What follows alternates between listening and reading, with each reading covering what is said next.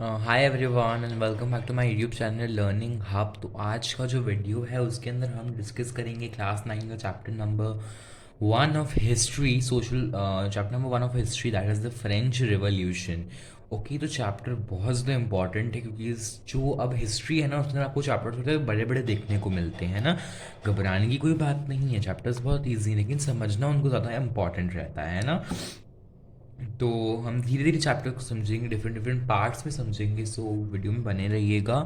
And let's get started with the part 1 of the chapter number 1 of history, the French revolution. Okay, so ये जो chapter है वो French revolution के बारे में है, मतलब कि कैसे वहाँ पर मोनार्की थी, मोनार्की के क्या रीज़न थे, और किंग को वहाँ पर कैसे किंग की क्या स्थिति थी जब जो राजा बना था लुइस 16, उसकी क्या स्थिति रही थी उस वक्त कि उसको टैक्सेस बढ़ाने पड़े, और सोसाइटी कैसे डिवाइडेड थी, सोसाइटी कैसी थी, कैसे वहाँ पर डिक्टेटरशिप आई, मोनार्की आई, ये जैसे अबॉलिशन ऑफ स्लेवरी हुई, कब वुमेन को राइट्स मिले, ये सारी चीज़ें हम इस चैप्टर के अंदर डिस्कस करने वाले हैं। यानी पूरा चैप्टर जो है वो फ्रेंच रिवॉल्यूशन, मतलब कैसे फ्रेंच में रिवॉल्यूशन आया था। What is the meaning of revolution? Revolution का मतलब होता है कोई भी सडन एक चेंज आना, है ना, किसी भी चीज़ में एक सडन चेंज और चेंज आना। Okay, that is known as revolution. And French revolution मतलब कि ये फ्रांस के अंदर हुआ है। फ्रांस जो है वो यूरोप के अंदर लोकेटेड है। ठीक है, तो on the morning of 14 July 1789 the city of Paris was in state of alarm. ठीक है, अब 14 जुलाई 1789 को जो सिटी ऑफ पेरिस थी वो स्टेट ऑफ अलार्म पे थी। अब ऐसा क्यों था? क्योंकि क्या हो रहा था बेसिकली कि जो किंग है उसने अपनी आर्मी सिटी में भेजी थी, है ना, उसने किसी और रीज़न से भेजी थी, जो रीज़न हम आगे पढ़ेंगे। लेकिन लोगों ने समझ दिया, लोगों ने ये समझा कि जो किंग है उसने लोगों को मारने पे, उन पे गोली चलाने के लिए उस आर्मी को भेजा है। तो ये लोगों का मानना था। ठीक है, लोगों ने क्या करा कि उन्होंने अपना एक पीपल्स मिलिटिया बनाया। मिलिटिया मतलब कि एक अपनी मिलिट्री बना ली 7,000 मैन एंड वुमेन की। ठीक है, और उन्होंने बेस्टाइल, तो बेस्टाइल क्या है? बेस्टाइल एक पेरिस में एक फोर्ट है जो कि किंग की पावर को रिप्रेजेंट करता है ना। कुछ कुछ जगह होती है ना जो जिसपे एक किस पर्टिकुलर पर्सन का रिप्रेजेंटेशन, जैसे हमारा घर है तो वो हमारी पावर या हमको रिप्रेजेंट करता है कि हाँ ये हमारा घर है, तो वो किंग को रिप्रेजेंट करता था बेस्टाइल का फोर्ट, और वो पेरिस में लोकेटेड था। ठीक है, सो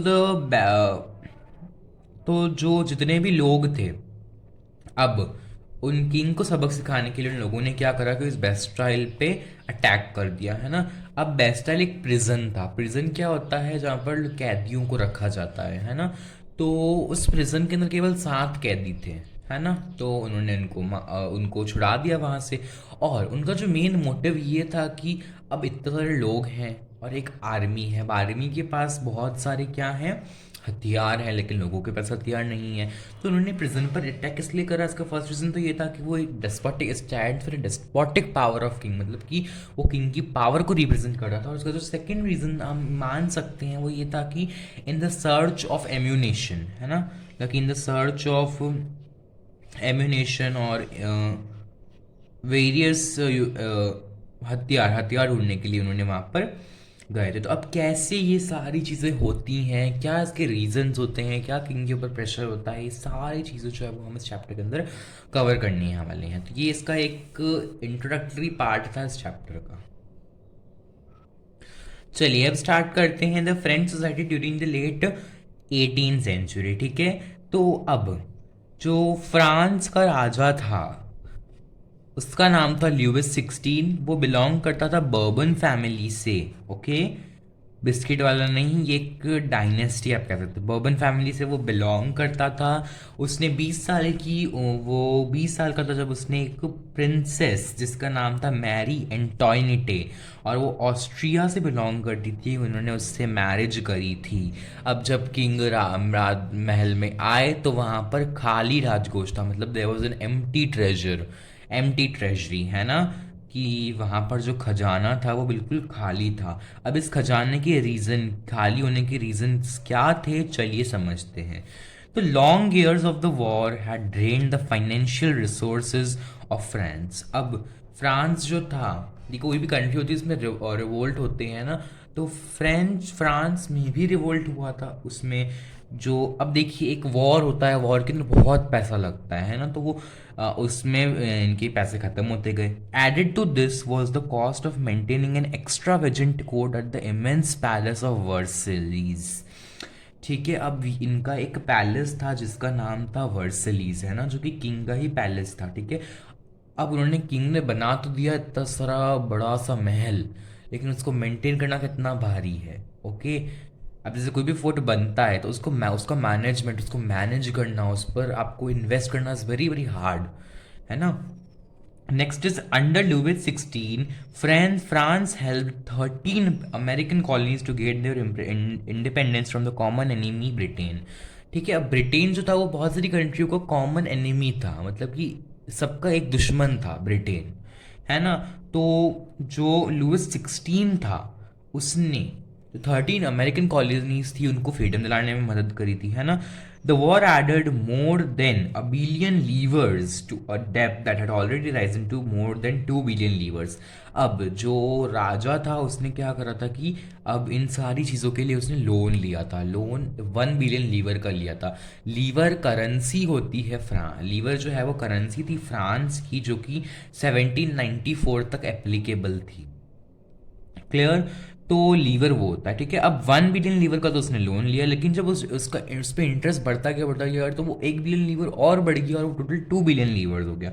और इसका एक और रीज़न ये होता है कि जो मैरी एंटोनेट है और किंग जो लुइस 16 है, उनका जो डिनर लंच और जो उनका मतलब आप कह सकते हैं कि जो खाना वो खाते थे वो इतना ज़्यादा शाही, मतलब कि वो इतना ज़्यादा कॉस्टली होता था कि पूरा गांव एक बार खाना खा ले, इतनी वैरायटी होती थी उस खाने के अंदर। तो इसमें भी बहुत वो पैसा खर्च होता, मतलब एक एक्स्ट्रा वेजेंट लाइफ वो जीते थे, है ना।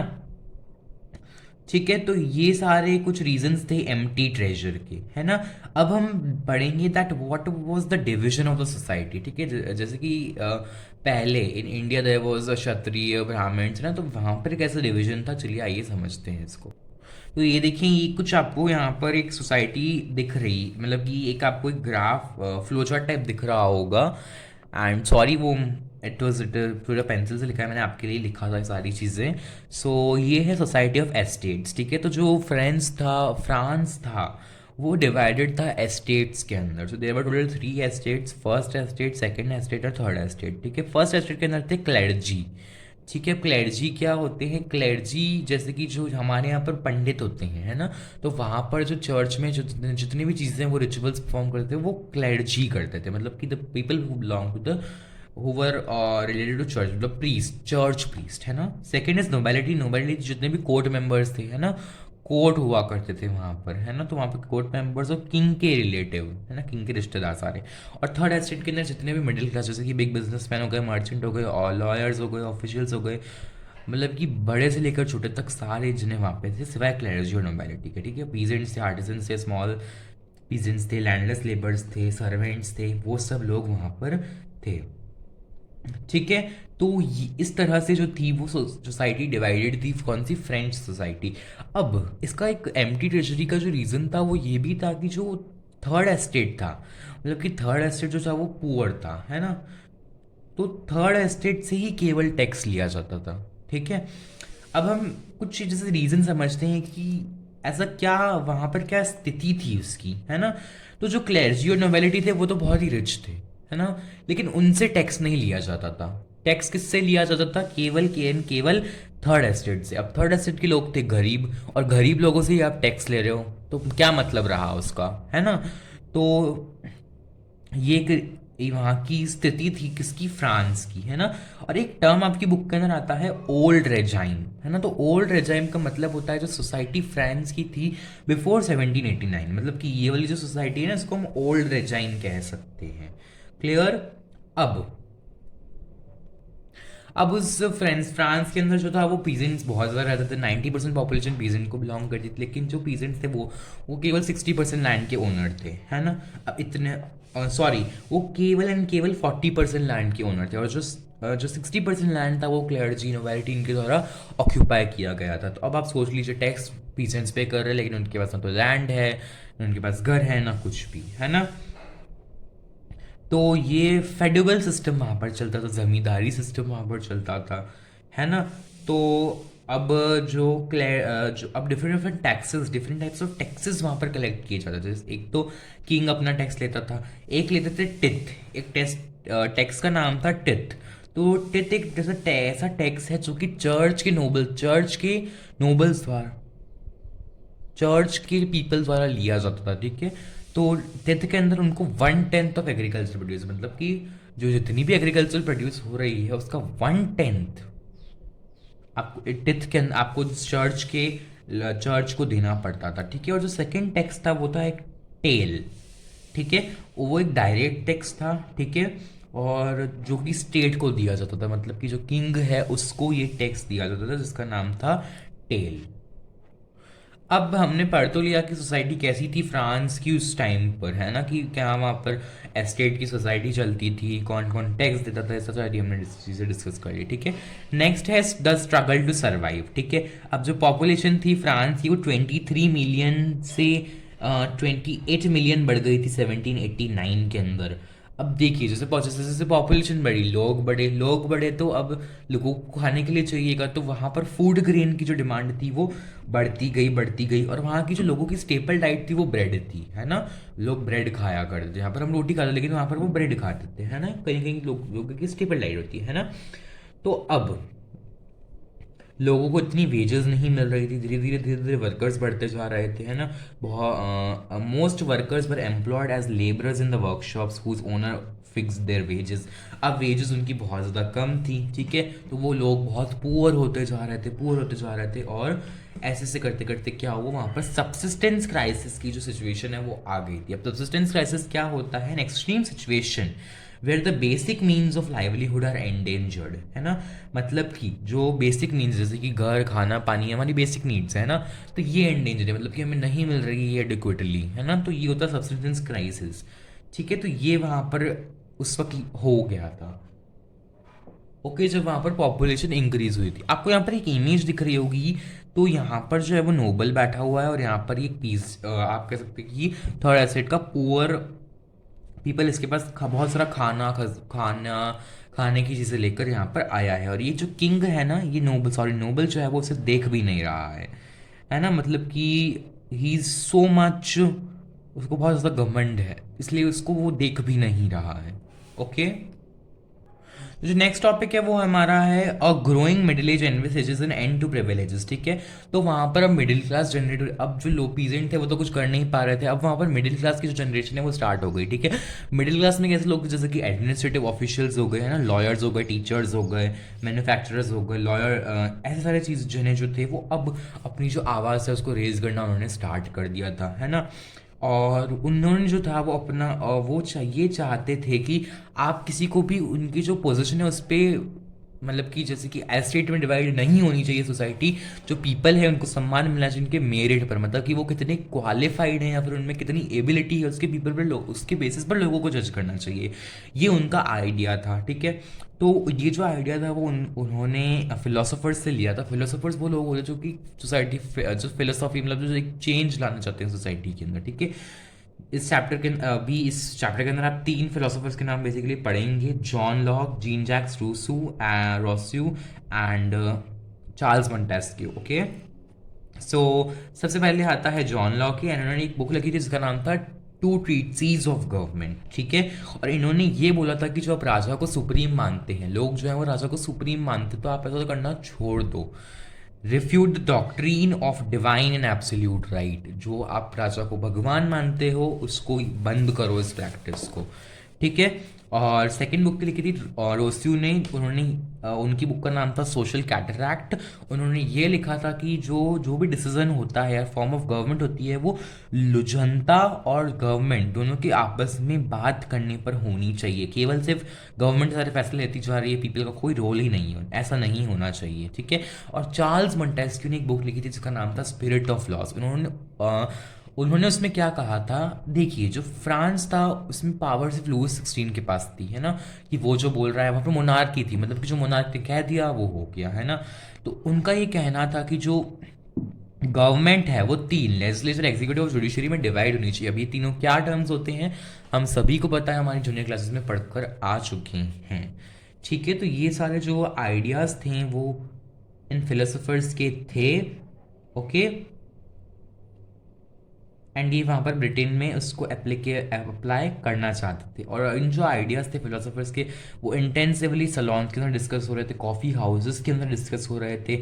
ठीक है, जिनको पढ़ना नहीं आता था उनके लिए दूसरे लोग उनको समझा रहे थे। ठीक है, और अब जो लुइस 16 था उसने अपने टैक्स बढ़ाने की जो बात है उसको आगे बढ़ाने के लिए बात आगे करी। मतलब कि अब लुइस 16 को टैक्स बढ़ाना है, क्योंकि लोन जो है वो बढ़ता जा रहा है, बढ़ता जा रहा है। ठीक है, जो जिन्होंने लोन दिया था, लेंडर्स, मनी लेंडर्स, वो अपना जो इंटरेस्ट है उसको बढ़ाते जा रहे हैं। ठीक है, पहले वो कम लेते थे, पहले वो 5 to 6% लेते थे, लेकिन अब वो 10% लेने लग गए हैं, है ना।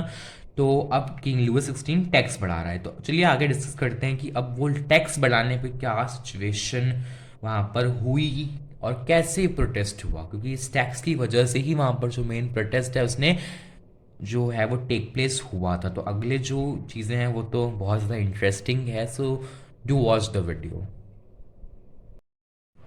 तो अब लुइस 16 तो जो था उसको अब टैक्सेस बढ़ाने थे। ठीक है, अब वो टैक्सेस तो बढ़ा रहा था, लेकिन जो लोग थे उनके अंदर एक एंगर बढ़ता जा रहा था, क्योंकि वो किंग जो है वो एक्सीड होता जाता था अपनी लिमिट के बाहर, है ना।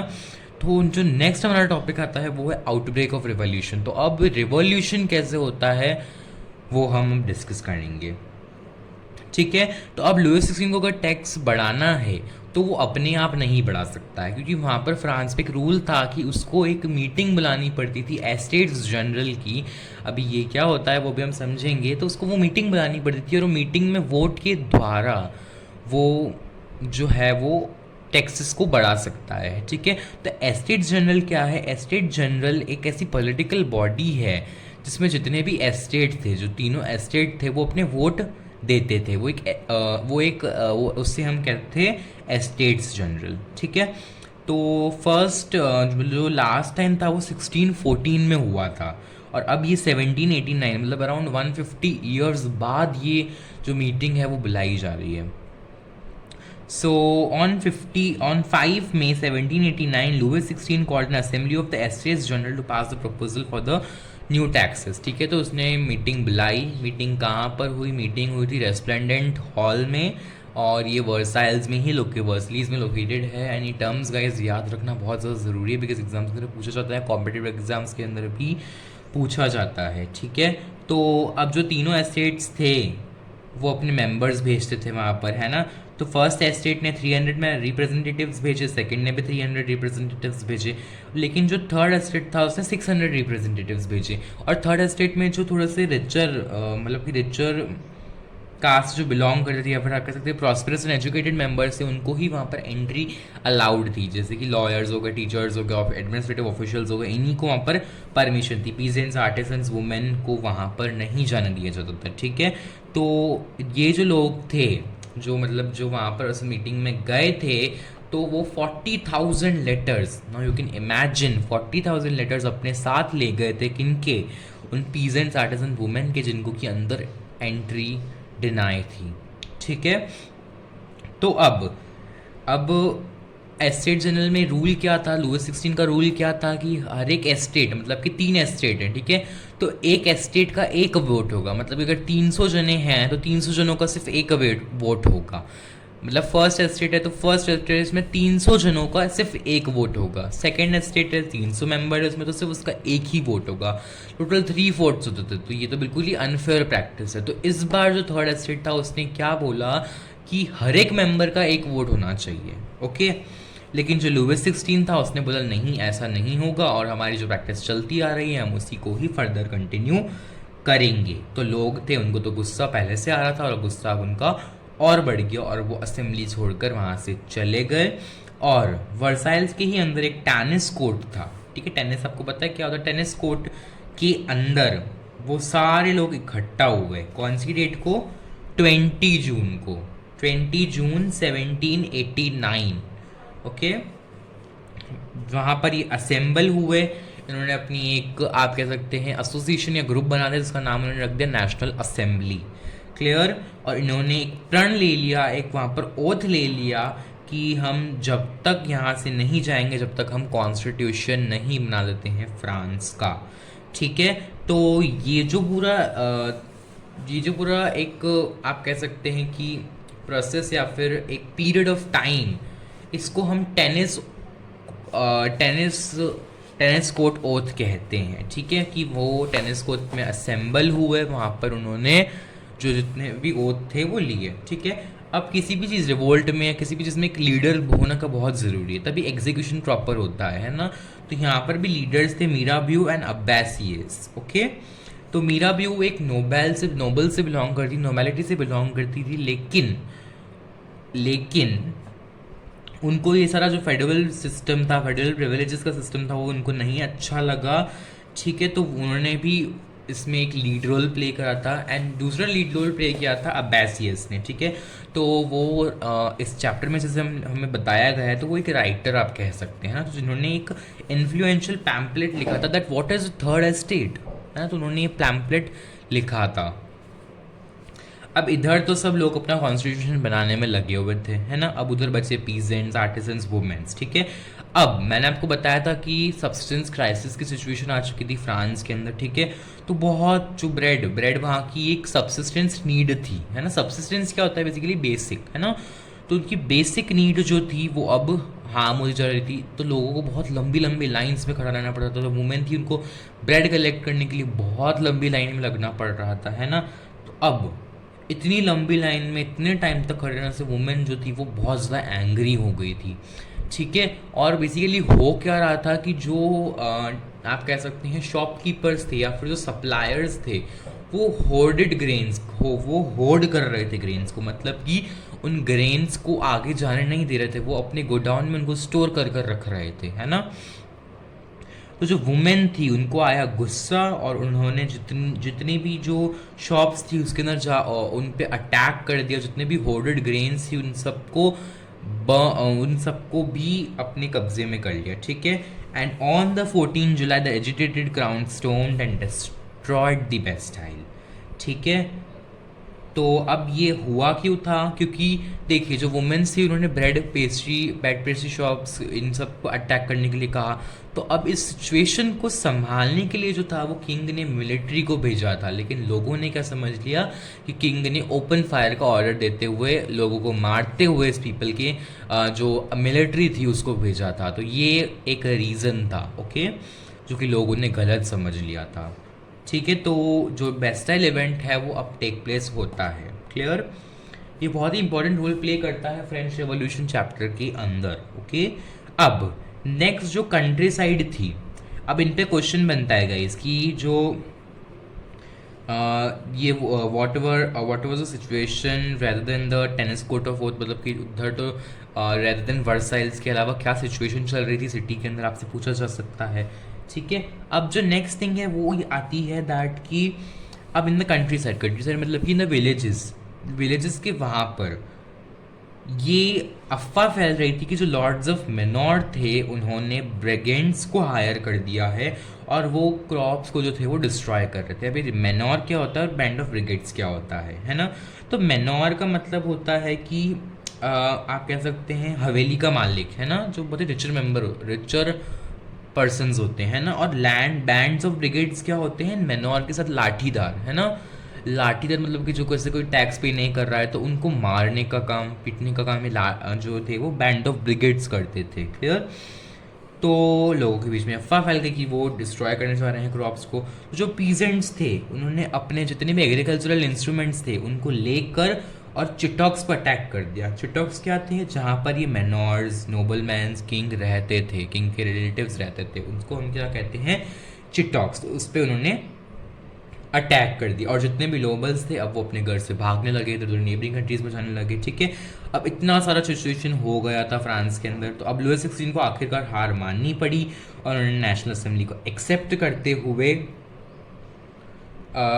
जो 4 अगस्त 1789 को जो फेडरल सिस्टम था टैक्सेस का थर्ड एसेट से कलेक्ट किया जाने वाला, वो सारा का सारा ख़त्म हो गया। अब तीनों स्टेट को टैक्स देना पड़ता था, और जो टिट्स थे वो अबॉलिश हो गए, टेल थी अबॉलिश हो गई, है ना। और गवर्नमेंट के पास 2 बिलियन लीवर्स जितने पैसे आ गए थे अपने लोन को चुकाने के लिए, क्लियर। तो ये सारी चीज़ें हमने पार्ट 1 में डिस्कस करी हैं। अब जो नेक्स्ट पार्ट आएगा वीडियो का वो आप ज़रूर से देखिएगा। अगर आपको वीडियो पसंद आया होगा तो आप ज़रूर से ज़रूर देखिएगा। एंड उसके अंदर हम चैप्टर के जो दूसरी मेन इम्पॉर्टेंट फीचर्स हैं, अब यहाँ तक तो रिवोल्ट चला, अब रिवोल्ट के बाद क्या हो रहा था वहाँ पर, कैसे वहाँ पर कॉन्स्टिट्यूशन बना, कैसे प्रूशियन ऑस्ट्रेलिया के साथ रिवोल्ट होने लगे, कैसे वहाँ पर मैक्सिमिलियन रॉबेस्पियर का रूल आया, ये सारी चीज़ें हम जो है वो नेक्स्ट पार्ट्स में डिस्कस करेंगे। So don't forget to watch that, and if you like the video then hit the like button, subscribe to my YouTube channel, and don't forget to press the bell icon. Thank you so much for watching.